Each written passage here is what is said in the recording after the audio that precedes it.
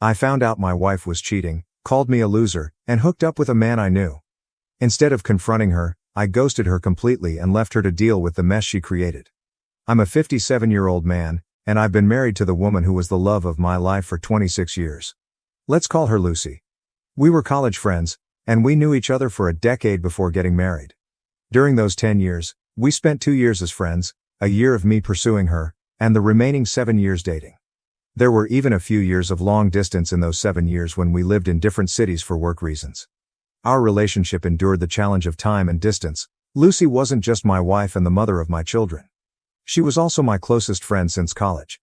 She understood me like no one else. That's why her betrayal shattered me. About a week ago, Lucy and I attended our college reunion. Our college holds a reunion every year for the classes that graduated 35 years ago. It's a big event with singers and celebrities performing, which alumni eagerly anticipate each year. This year, it was our class's turn to shine. We and our fellow classmates were excited to reconnect and see how we had all changed over the years. Lucy and I were particularly thrilled because we were one of the few college couples who had married and stayed together for so long. We walked into the event eager to show off our strong relationship. Little did I know that I was walking into a trap of my own making. We were having a wonderful time reconnecting with some of our dearest friends after many years. It felt like the best moments of our lives, until someone approached us. We'll call him Rick. Rick had always been an admirer of Lucy, and everyone in our class was aware of his deep affection for her.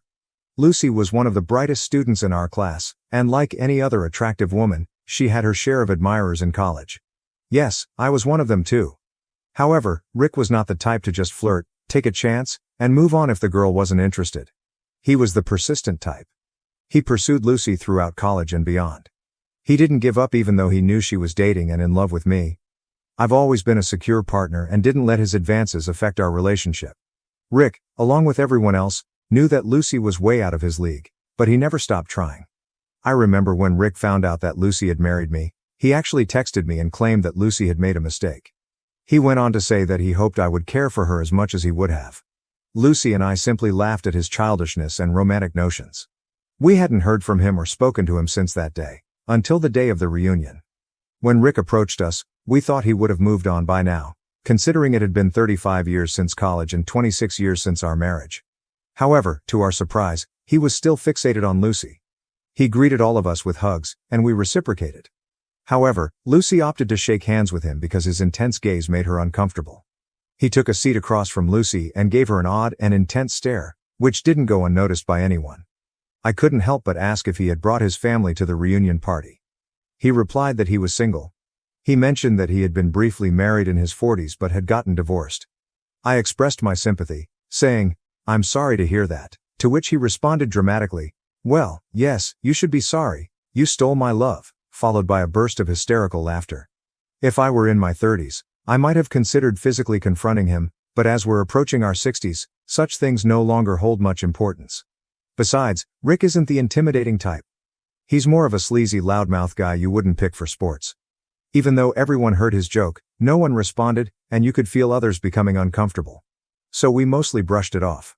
However, Lucy became noticeably quiet. Nancy is our close friend from college, took Lucy aside. We tried to lift her spirits, encouraging her to forget about the troublemaker and enjoy the rest of the evening. Knowing that Lucy tends to overthink things, we both attempted to ease her mind. Suddenly, Rick approached us out of the blue. I suspect he had been keeping an eye on us all along. To our surprise, he apologized, stating that he hadn't meant to upset her. Instead, he claimed he wanted to make her feel happy, that despite the years of separation and the effects of aging on her appearance, she still had an admirer. I couldn't tolerate his cheesy words and told him to back off. He expressed genuine regret about causing discomfort. Lucy asked him to leave us alone, but he insisted that Lucy forgive him so we could enjoy the last gathering of our lives. Those words made me think it was time to put this behind us and move forward. That night was undoubtedly the final occasion for us to meet our old friends and classmates, so there was no point in dwelling on the past. Lucy hugged him and urged him to move on from her and let it go. We all hugged and headed to the dance floor to have fun at the party. Others joined us, and it turned into an enjoyable time. Later on, I noticed Nancy and Lucy talking to Rick, who was standing beside them. He was engaging in conversation and dancing in a comical manner, if that makes sense. I was relieved that this matter seemed to be resolved and we could look back on it in a positive light. I kept an eye on them to ensure Lucy was okay. Rick was whispering something in her ear, and she smiled and nodded at him. I assumed it wasn't anything inappropriate, or else Lucy would have reacted differently. This gave me the green light to relax and enjoy myself with other friends and classmates. About an hour later, I noticed that Lucy and Nancy were nowhere to be seen. Initially, I didn't pay it much mind because we were all mingling separately. I, too, was catching up with other friends on my own. However, when they didn't reappear after some time, I began searching for them. I attempted to call them first, but they didn't answer. I realized the loud music might be drowning out the sound of their phones ringing. After roughly 30 minutes, Lucy returned, but something about her seemed off. There were no apparent changes in her appearance, but I had a distinct feeling that she was a different person. She became unusually quiet and kept urging me to leave. Nancy joined us shortly afterward, but Lucy and Nancy didn't exchange a single word throughout the night. I assumed they had argued about something because they avoided making eye contact. I repeatedly asked Lucy why she seemed irritated and wanted to leave early, but she remained silent. I wanted to stay until the end of the party, but Lucy insisted we leave early. Lucy remained silent throughout the entire journey back home, which lasted over an hour. I kept inquiring if she was okay, and she replied that she was just tired and needed rest. It left me feeling uneasy because she's usually the one brimming with energy, and seeing her upset without knowing the reason worried me. I asked if it had anything to do with Nancy, but she simply replied with a no, providing no further explanation. I assumed she was exhausted and left her alone when we arrived home. While most of our friends were posting happy pictures of the evening and chatting on social media, expressing their joy at the reunion and lamenting the possibility that it might be the last, Lucy slipped into bed with her eyes closed. I suppose she wanted me to believe she was asleep. Why do I say that? It was almost 2 a.m. when I went to bed, utterly tired. I fell asleep as soon as I hit the mattress. I'm not sure how long I had been asleep when Lucy woke me up. She was in tears, resting her head on my chest. I held her close and asked if she was feeling emotional about reuniting with her old friends, but she didn't respond. She simply continued crying. I held her tightly to show my support, as that was the least I could do since she wasn't sharing what was troubling her. I allowed her to release her emotions, and when her tears finally stopped, she revealed something that left me stunned. She confessed that she had cheated on me with Rick. I was at a loss for words, unable to ask her anything further. I felt frozen in shock. Thoughts swirled in my mind about what might have transpired. The last time I saw Lucy, she was dancing with Rick and Nancy along with others. Then the three of them disappeared for about an hour. When Lucy returned, she wore a gloomy expression and insisted on leaving the party. She mentioned that Nancy was aware of the situation, but she was clearly furious with Lucy, which explained her upset demeanor. I was still unable to speak, so as she observed my stunned state, she began explaining everything on her own. She recounted how, while they were dancing, Rick kept apologizing to her for the embarrassment he had caused her, especially after she had rejected his advances numerous times. He showered her with praise, claiming that in all his travels around the world, he had never encountered a woman as extraordinary as her. Lucy explained that she began to believe his compliments and fell for his apparent sincerity. He asked her if she would go for a walk with him. Initially, she declined, but he persisted, insisting it would be their last encounter and that she deserved to know his true feelings for her. She wanted to hear what he had to say, so she agreed to accompany him for a walk on the college lawn, seeking peace and quiet. While on the lawn, Rick openly expressed his feelings, proclaiming his lifelong love for her and describing her as the most incredible woman on earth. She recounted various things he said, but the essence was the same. Lucy admitted that she was intoxicated and foolishly succumbed to his words.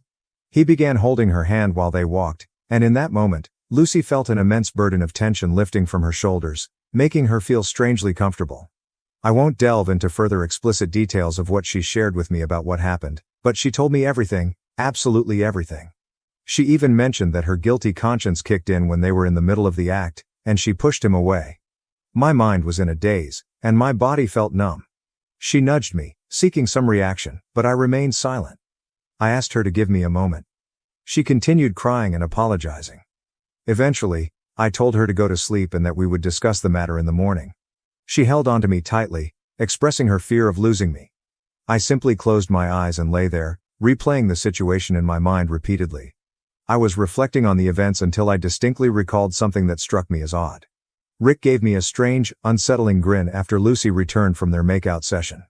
Although I didn't pay much attention to it at the time, I suppose that was his triumphant smile, signifying that he had finally won her over. With that realization, I felt a surge of anger and disgust welling up inside me. I was too restless for self-pity, and the thought of sharing the bed with her became unbearable. I noticed that she had fallen into a deep slumber after hours of crying. I quietly slipped out of bed, gathered my laptop, wallet, and other essentials into a backpack, and left our home. I loved that woman. We had been married for 26 years, and I couldn't fathom a life without her. We had a family and children, but I couldn't stay. I knew her well, and if I had stayed until morning, she would have likely persuaded me against separation. So, I checked into a hotel and blocked her number, along with all her social media accounts. It was already sunrise by the time I managed to fall asleep, around 8 or 9 a.m. My phone started ringing incessantly with calls from my children. Lucy and I have 2 kids. A 24-year-old son and a 21-year-old daughter. Both of them are in college and live on the same campus. Now, after reading numerous stories, I realize I made a hasty decision to ghost Lucy that very night. I should have planned more carefully for my next steps to maintain control of the situation. I've come across stories where people pretended to act normal with their cheating partner while secretly plotting revenge and eventually exposing the affair. However, in my case, I couldn't have acted normally with Lucy after what she had done. She was not only my spouse but also my closest friend, my better half in every sense. Even if I had attempted to deceive her, she would have seen through it immediately, and I couldn't bear to pretend in front of her. The idea of Lucy cheating on me was the last thing I ever expected, so I had never devised a plan for how to handle such a situation. When my children called me, I had no strategy for what to say, but I needed to speak to one of them before they went to the police to report me missing. I chose to call my son, who was typically more composed and mature than my daughter. I informed him that there was no gentle way to break the news other than to tell him that his mother had cheated on me the previous night with her former lover, or admirer, stalker, or whatever you want to call him. I explained that I needed some time to process everything. He was taken aback to hear that his own mother had committed such an act. Additionally, he knew that we had a strong, loving family and had always maintained a great relationship. Now, she had shattered that image. My children, as well as our relatives and friends, had always admired our close-knit, resilient, and proud family unit. He couldn't fathom the idea that his mother could do such a thing and kept insisting that there must be some misunderstanding. He repeatedly asked for the details and wanted everything explained in chronological order. However, I knew that going over all the details would shatter his spirit before he even had a chance to start his life. I expressed my wish that it were just a joke, but Mom had confessed her infidelity to me. He's 24 and has already experienced heartbreak, but I understand that this situation is taking a toll on him in a different way. I asked him to promise not to disclose this to anyone until I did. I sent a text to my daughter explaining that I was stressed about work-related issues and would be out of town for some time, which put an end to the phone calls. So the situation was as follows. While my daughter believed I was away on business, both my son and Lucy knew that I had separated from her. Over the next few days, I spent time online searching for the best lawyers and seeking a solution to my problem. That's when I came across one of these online communities where many men had experienced a similar fate to mine. Seeking revenge, I read about how they had planned their revenge and taken action against their cheating partners, including their anger towards the affair partner. I understand their feelings, I truly do, but seeking revenge on Lucy is the last thing I would consider in life. I still love her deeply, and I would be lying if I said I could destroy her life in such a way. I don't want to, but I also cannot be with her again. Reconciliation is not an option for me.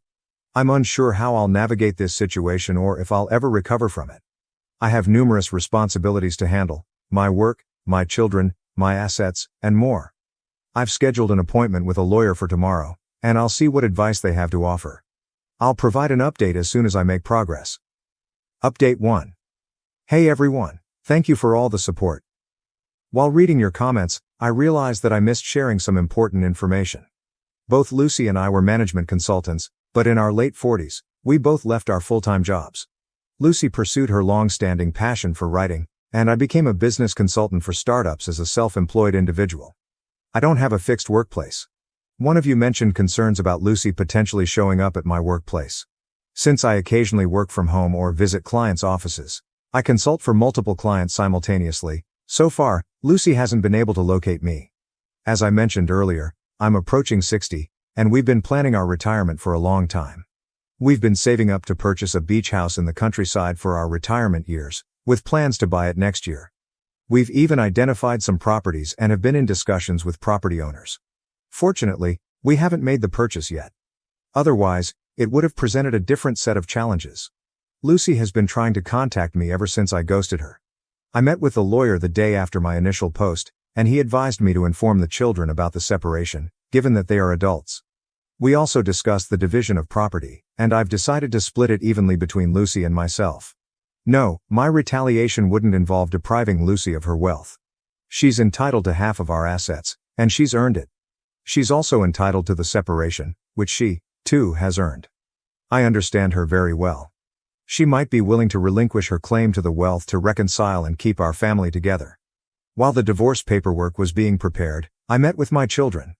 I asked my son to discreetly bring his sister to a restaurant without revealing that I would be there. He agreed. My daughter's reaction was intense. The moment she saw me, she bombarded me with questions. One of her questions was whether I was cheating on Mom, as she knew I had cut off contact with her. She was visibly upset, which pained me, but I had to remain strong for them and for what I was about to disclose. I calmed her down and reassured her that I wasn't involved with anyone else. Then, gradually, I disclosed the truth to them. Although my son was aware of it, he didn't know about my next steps. My daughter was devastated to learn that her mom had cheated on me. She had been living with Lucy for the past 15 days since I left the house. She hugged me and apologized for being angry with me.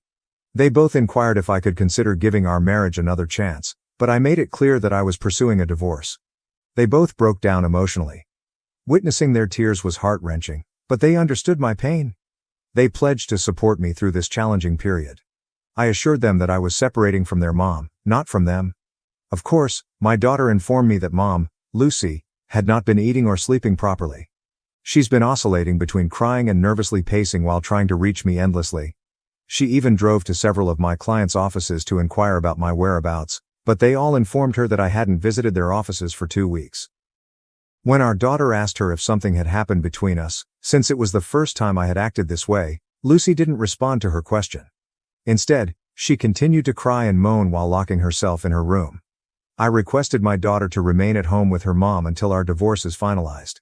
I can see their sorrow gradually transforming into anger when we discuss their mom. I can tell that they feel let down by her as well. I understand it. They've also suffered a loss. Our family is shattered, and there's one person responsible for it. However, I don't want or need them to harbor hatred towards their mother, so I insist that they offer her support. Here's something you won't believe. A few days later, I received a text from Rick inquiring about Lucy.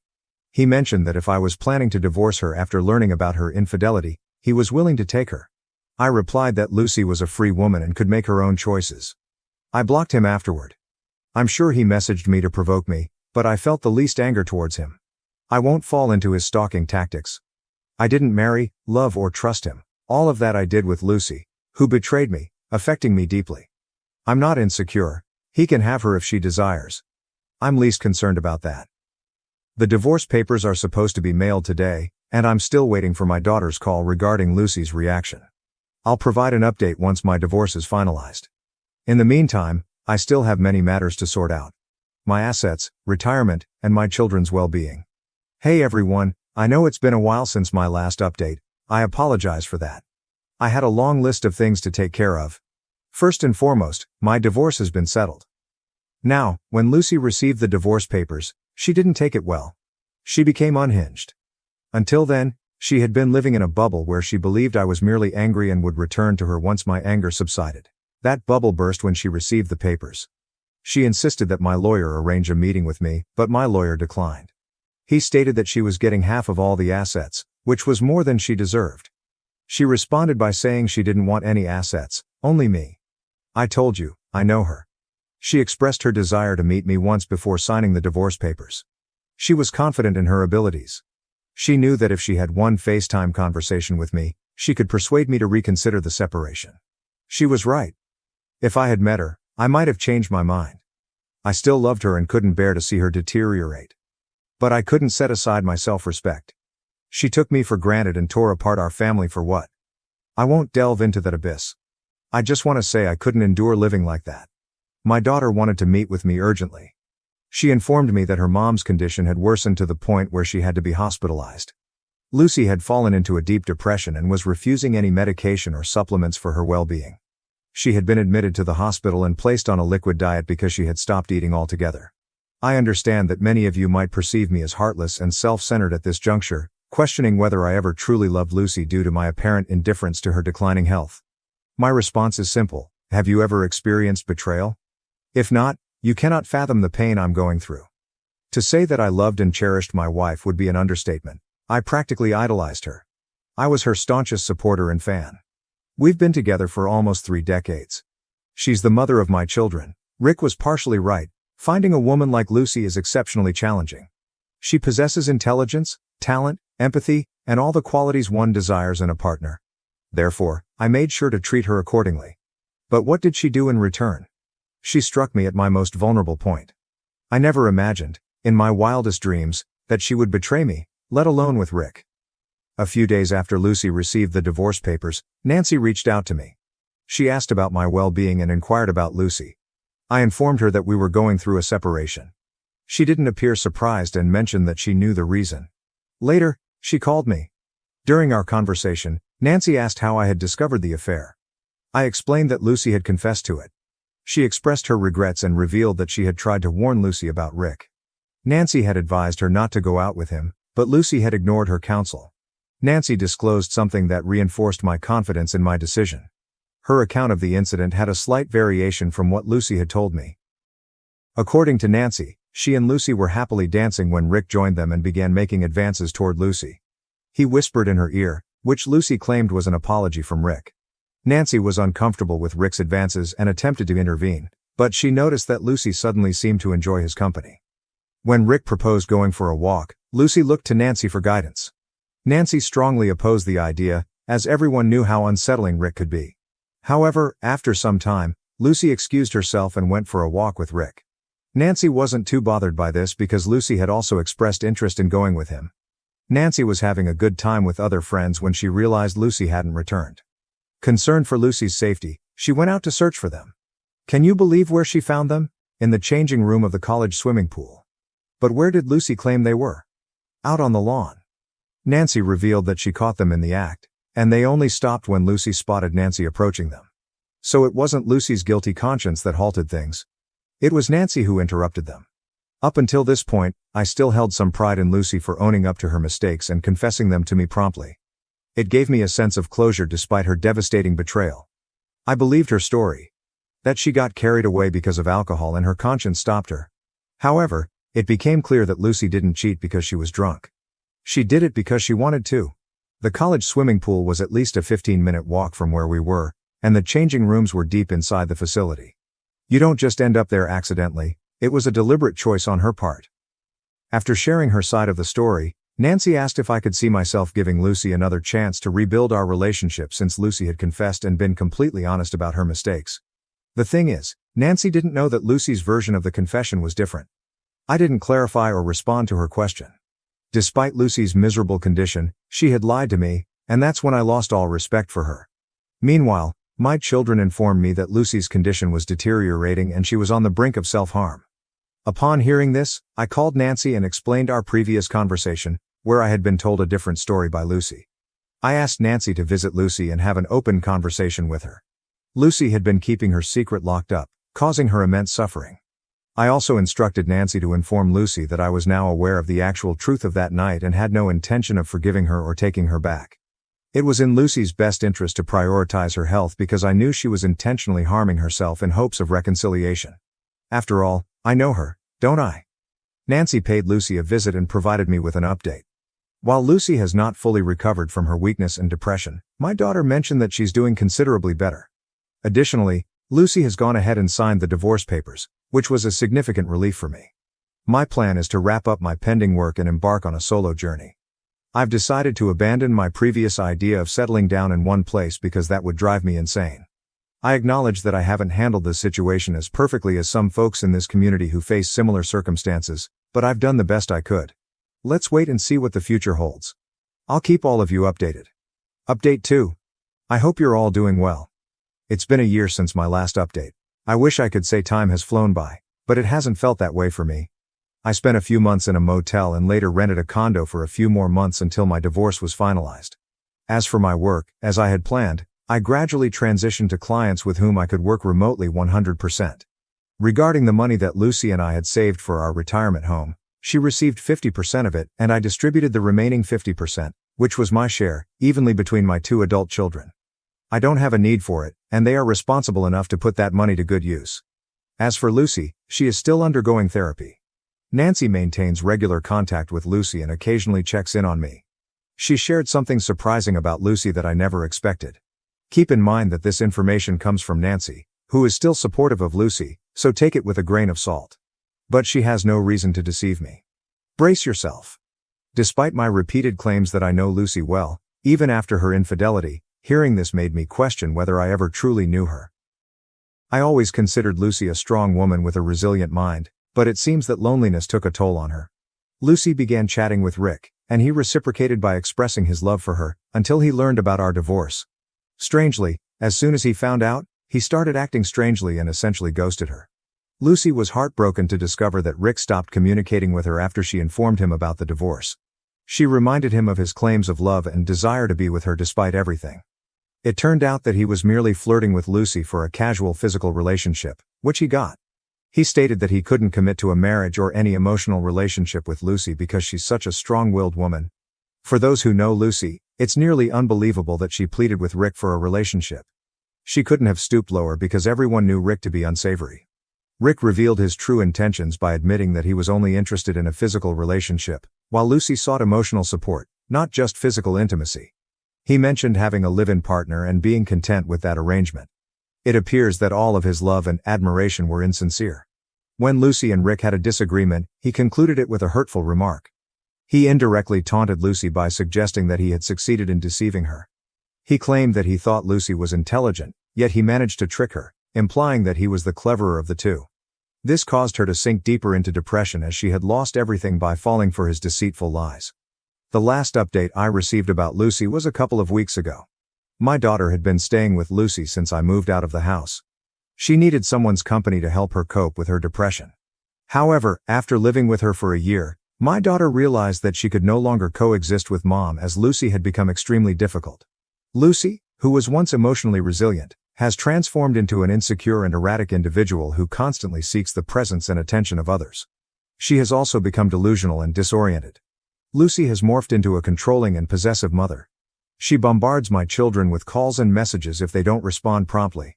She even insisted that my son move in with her until he got married, but he declined her request.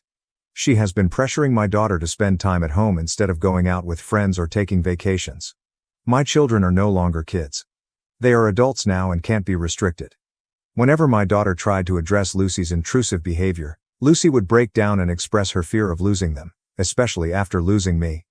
My children reassured her that they had no intention of abandoning her and were doing their best to help her cope with her depression. However, they warned her that if she continued to be so controlling, they might have to reconsider. This led to heated arguments, with the children accusing her of not supporting them during her most challenging times. This behavior is unfamiliar to me, and my children are equally perplexed by it. Ultimately, they had to confront her, explaining that it was her actions that had disrupted our once happy and loving family. What was once a harmonious and safe family environment is now fractured and distorted. It was difficult for her to accept that her own children held her responsible for everything. My daughter moved out of the house 2 weeks ago. She informed me that she had tried her best to assist Lucy, but she couldn't put her life on hold to care for her. I believe my daughter's decision was reasonable. She needs to move forward with her life, and Lucy needs to regain control of her own life. While some might take satisfaction in seeing their cheating ex-wife in misery in their 20s or 30s, I couldn't find happiness in this situation. I felt genuinely sorry for her condition. Her poor choices have condemned her to a lifetime of suffering. I hope she can rediscover her former self, a confident, strong woman who doesn't need to rely on people like Rick for emotional support. As for my own journey, I've spent the past year living in 4 different countries, exploring local cultures, savoring diverse cuisines, and immersing myself in entirely new lifestyles. It has been a great experience. Initially, I was disappointed that my retirement plans had to take a different path. I had always envisioned spending my golden years in peaceful harmony with Lucy. However, now I find satisfaction in having embraced various cultures and lifestyles. I've had the privilege of meeting incredible people in different corners of the world. To clarify, I haven't entered into any new relationships, nor am I actively seeking one at the moment. I'll remain open to whatever the future has in store for me, And I'll keep you updated if anything significant unfolds. Update 3. I apologize for not providing updates over the past few years. The truth is, not much noteworthy has occurred in the last 2.5 years except for my extensive travels to more than a dozen countries and my renewed passion for painting. Initially, I initiated this thread to share my story about my cheating wife, and there didn't seem to be a point in updating it with my travel experiences, so I refrained from doing so. However, there has been an event that prompted me to write this update. Last month, after 4 years, I had the opportunity to meet Lucy again.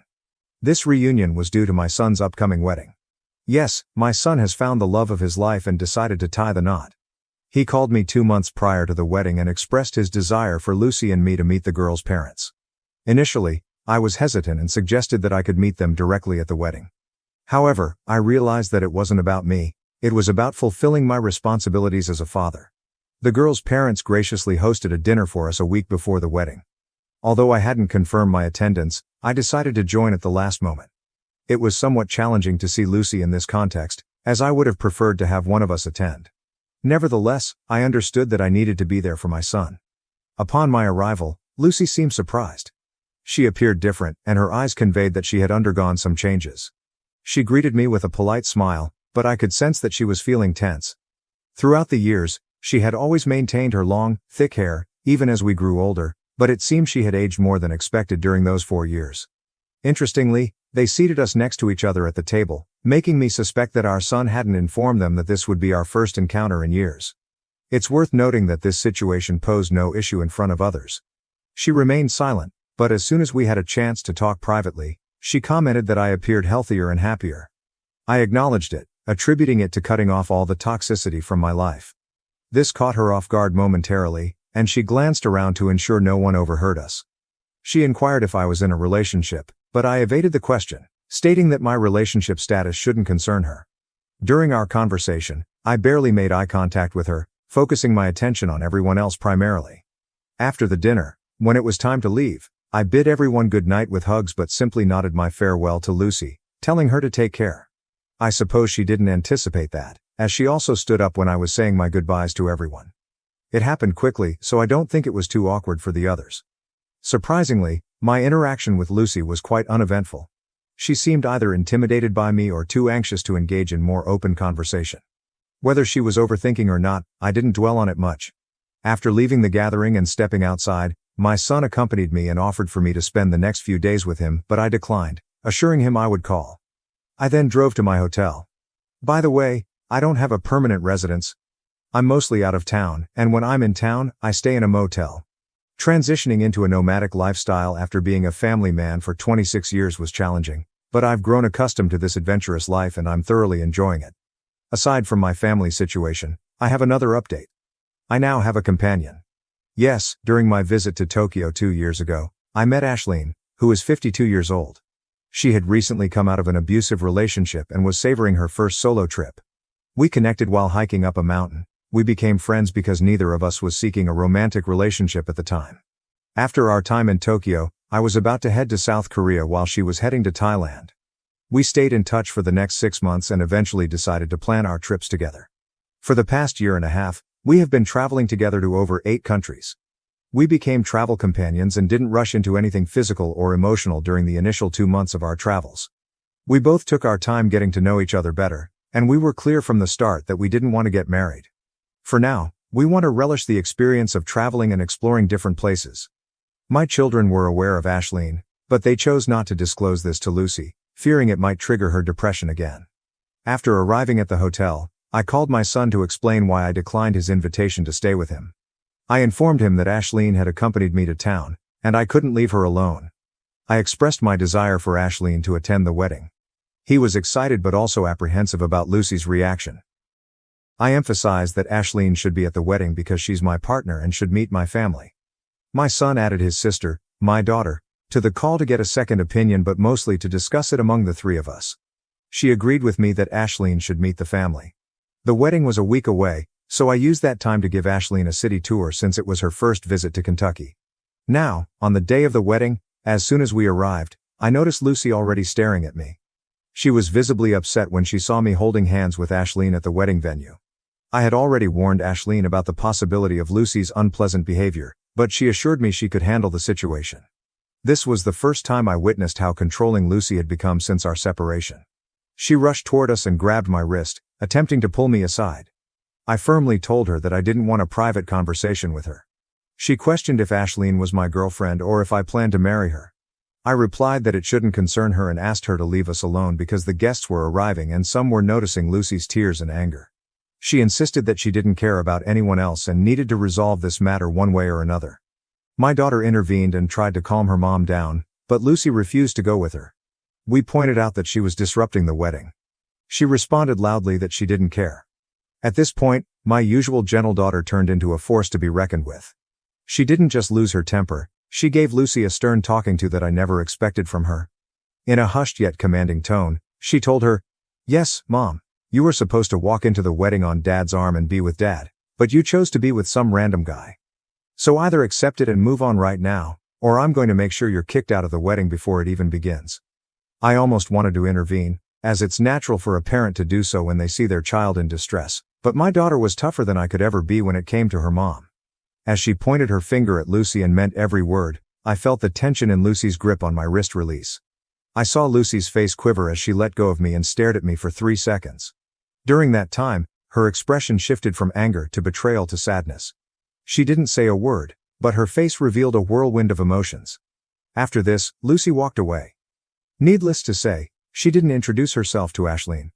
On a positive note, my daughter apologized to Ashleen, who then hugged us. I reassured her that there was no need to apologize. My daughter is strong, and I'm proud of her. I could see that my daughter was emotional when she said, "It's on her, Dad. We've suffered enough. She needs to move on or leave you alone." Lucy had made everyone's life miserable, yet she had expected sympathy and care from some friends over the years. My children don't have a family home to gather in for special occasions, and I acknowledge my responsibility for that. During the rest of the wedding, Lucy grew increasingly upset that our children were supportive of me. She either stood in a corner or appeared more excluded than a mother of the groom should be. She didn't even join us for the family photo. Nancy called me a few days ago and mentioned that Lucy had taken this as a blow to her ego, seeing me move on in life so quickly while she remained single. I told Nancy that my children and I are done with Lucy's drama and she's on her own. She can do as she pleases. I just want to enjoy the remaining years of my life in peace. I'm considering staying closer to my kids and providing them with a family home to gather peacefully, even though they're grown up. This wedding made me realize that a new stage of life is approaching, and I might become a grandparent. However, I won't be sharing that with Lucy, and I'm perfectly fine with that. We'll see if Ashleen is willing when the time comes. I want to express my gratitude for the advice and the genuine experiences shared by some of you. I wish you all to remain loyal and true to your spouses. If not for yourselves or your partners, do it for your children. Life is good, and there's always more to enjoy. Take care.